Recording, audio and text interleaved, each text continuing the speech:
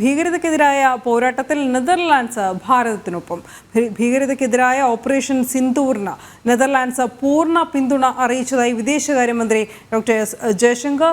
Netherlands വിദേശകാര്യ മന്ത്രി Casper വെൽകാമ്പുമായി നടന്ന കൂടിക്കാഴ്ചയ്ക്ക് ശേഷമാണ് എസ് ജയശങ്കർ സമൂഹ മാധ്യമത്തിൽ ഇപ്രകാരം കുറിപ്പ് പങ്കുവച്ചത്. നെതർലാൻഡ്സുമായുള്ള ഉഭയകക്ഷി ബന്ധങ്ങൾ ശക്തമാക്കുന്നത് സംബന്ധിച്ച് ചർച്ച നടന്നു എന്നും അദ്ദേഹം എക്സിലെ കുറിപ്പിൽ പറയുന്നു. ഐസൻ ജോസ് വിവരങ്ങളുമായി ചേരുന്നു. ഐസൻ, ത്രിരാഷ്ട്ര സന്ദർശനത്തിൻ്റെ ആദ്യ ഘട്ടത്തിൻ്റെ ഭാഗമായാണ് ഇന്നലെ എസ് ജയശങ്കർ നെതർലൻഡ്സും ജർമ്മനിയൊക്കെയുള്ള രാജ്യങ്ങൾ സന്ദർശിക്കുന്നതിനായി പുറപ്പെട്ടത്.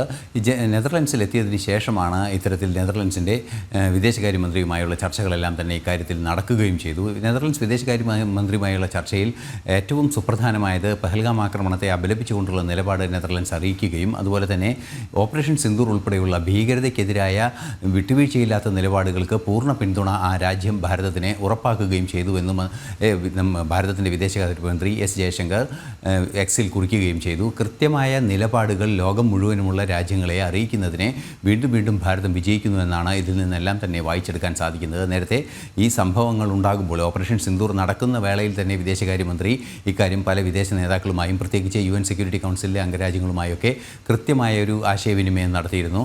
അതിനുശേഷമാണ് ഇപ്പോൾ പെഹൽഗാം ആക്രമണവും അതുപോലെ തന്നെ ഓപ്പറേഷൻ സിന്ദൂറിനും എല്ലാം ശേഷം ആദ്യമായുള്ള ഒരു വിദേശയാത്രയിൽ നെതർലൻഡ്സിൽ നിന്നും കാര്യമായ ഒരു പിന്തുണ ഭാരതത്തിന് ലഭ്യമാവുകയും ചെയ്യുന്നത്.